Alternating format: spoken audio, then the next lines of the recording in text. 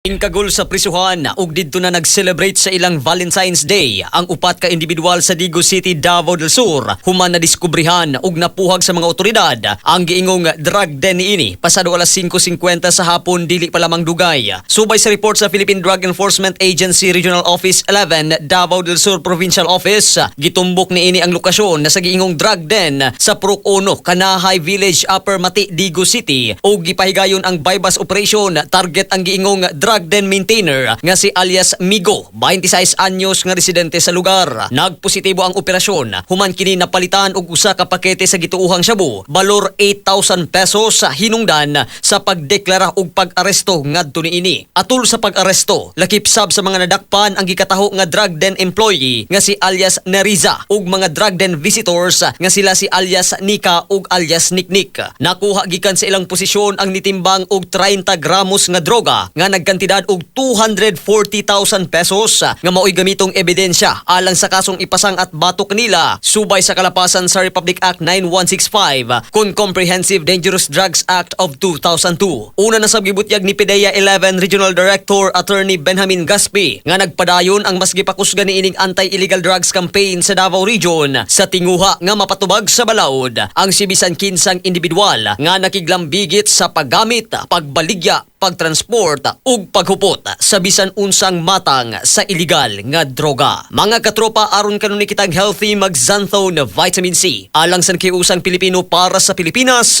katropang Marvin Ebano, XFM News.